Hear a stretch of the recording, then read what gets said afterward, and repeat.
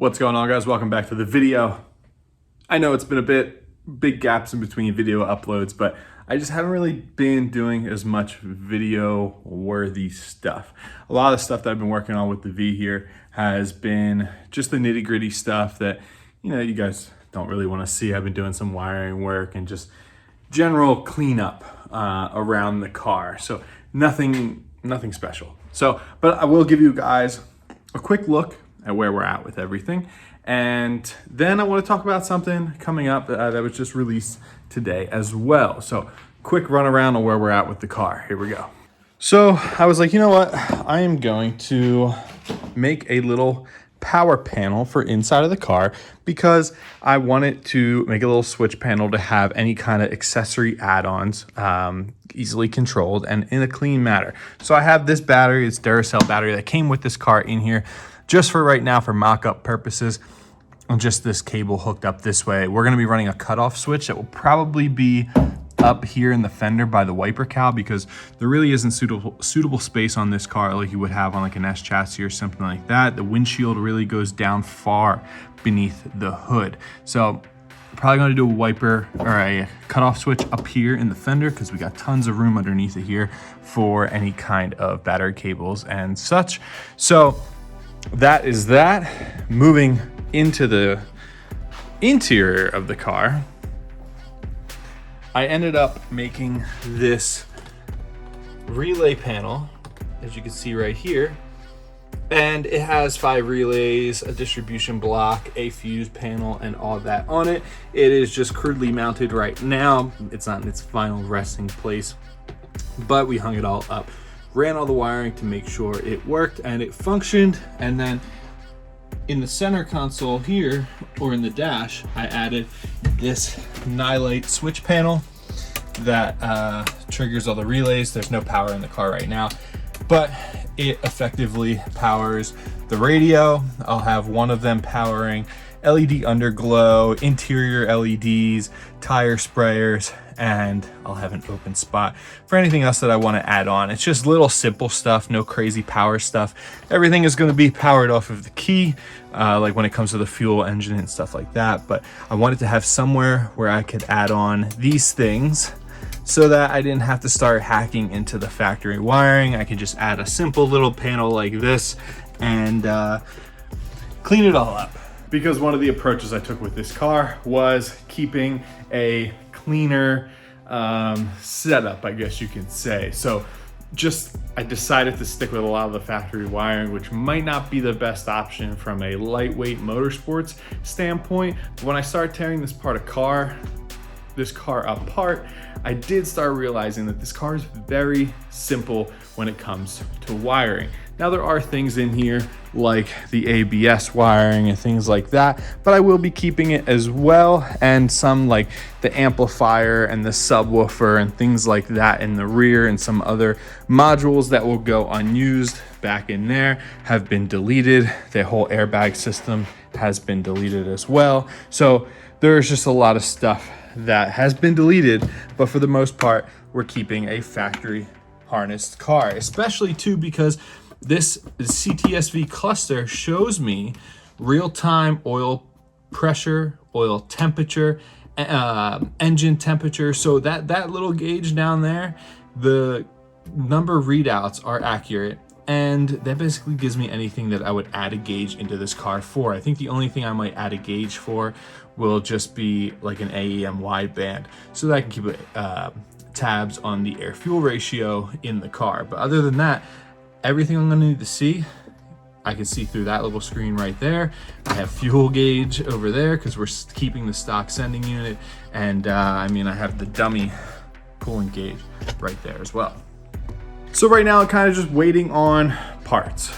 I have my engine oil baffle kit that is in the mail. I have my full polyurethane bushing kit for the entire chassis in the mail. Well, I don't even think that's shipped yet, but that's coming, that from RevShift. And I'm just kind of waiting on some big ticket items. I also ordered seat brackets that are custom made for the first gen cts-v. That way we can get some nice halo bucket seats in this thing. And again, they have like a 3 to 4 week lead time because they're all built to order. So they're currently being built.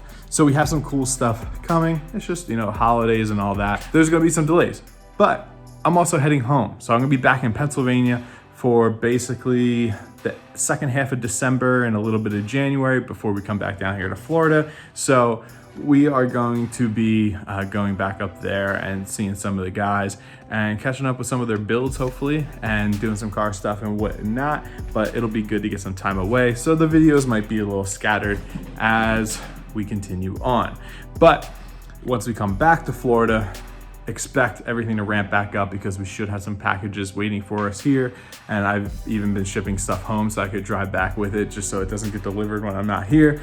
But we should have some cool stuff to do once we get back. Not to mention dual caliper bracket stuff might be happening too while we're at home. So now that you guys are all caught up on this thing, the next step is basically gonna be trying to get that engine buttoned up. I gotta get my hands on 2 clutch kits, one for the black V and one for this V.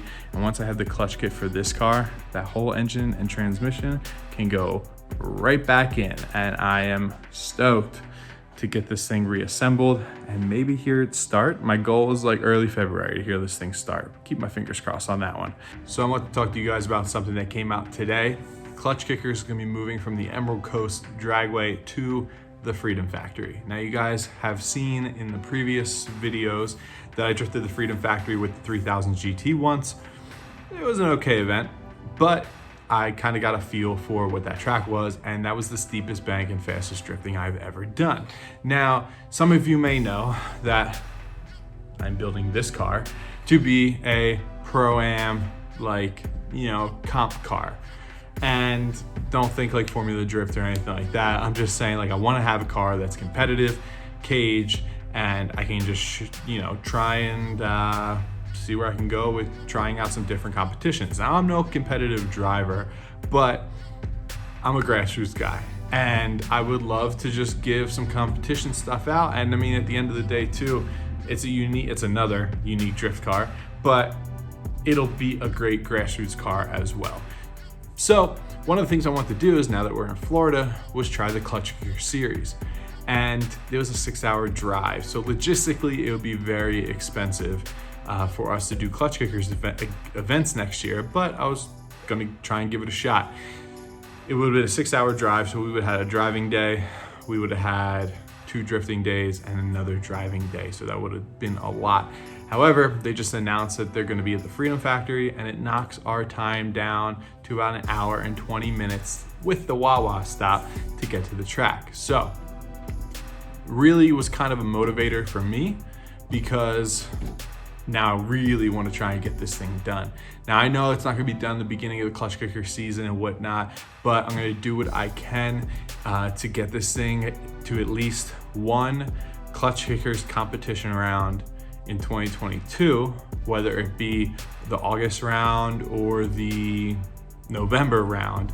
But I'd like to get it to at least one, that's my goal, at least one Clutch Kickers event. Because obviously once we get the car running and stuff, and I would love to be able to get it to the track to start dialing it in April, I need to learn a whole chassis. So I can't expect myself to hop in a car and just go and drift perfect and that be it. I want to address the complaints that people have been putting out on the internet from the beginning of today till now about Clutch Kickers and how it's not fair that all the FD guys, it's going to be a high-speed track and this and that, and my dreams are ruined of going to drift at Clutch Kickers and being a competitive driver. Hear me out. I'm no competitive driver. Let's get that out there first. I've done one competition, didn't even go very well at all. I qualified last. I qualified last. And you know, a lot of you guys, you're not even gonna come down to Florida. I mean, there's been 2 years of Clutch Kickers at Emerald Coast, and you've been building that Clutch Kickers car for pretty long, to the fact that you haven't made it down there. The Clutch Kickers guys are doing a lot for the drifting community. And as much as you guys want to say that they're ruining it because they're only making an even playing field for FD cars, well, these guys just gotta step up your game. I mean, this car's gonna make like 450 horsepower. I'm gonna be bringing, you know, a knife to a gunfight out here. But The Clutch Kickers guys are very good with coming up with good layouts and things that allow everyone to be there on a competitive level. Now, Miatas have won Clutch Kickers with 390 horsepower, good power to weight ratio there, and then FD cars have won. So it's a toss-up. Anything can happen, but stop complaining on the internet, guys. It's not going to get you anywhere, because at the end of the day, think to yourself, were you really actually going to come and drive Clutch Kickers down when they were at Emerald Coast? Or are you even going to come down and drive when it's at the Freedom Factory? So that's my little rant. Everyone just jumps on things before all the information is out there. I mean, they haven't even released, all they said is we're going to be at the Freedom Factory. They haven't even released layouts or anything like that. So you guys need to take a chill. We're jumping all over that stuff, but I am and congratulations to the Clutch Kickers guys. I am very excited to see what comes out of this year season at the Freedom Factory and what other events that they plan on doing there as well. So with that, I'm gonna wrap it up here, guys. This was a talking video, but I just wanted to get on and address that thing with you guys, and also give you a little update on where we are with the Cadillac. I just need to do some maintenance stuff on the truck before we head home, and then I'm hoping I can get some videos up, just catching up with the homies and just checking in with their cars and seeing what they've been up to this last 7, 8, 9 months that I haven't seen them for. So thanks for watching, guys. You know the deal. Like the video, subscribe to the channel, and drop a comment below on what you think about the new Clutch Kicker setup, and I'll see you guys in the next one.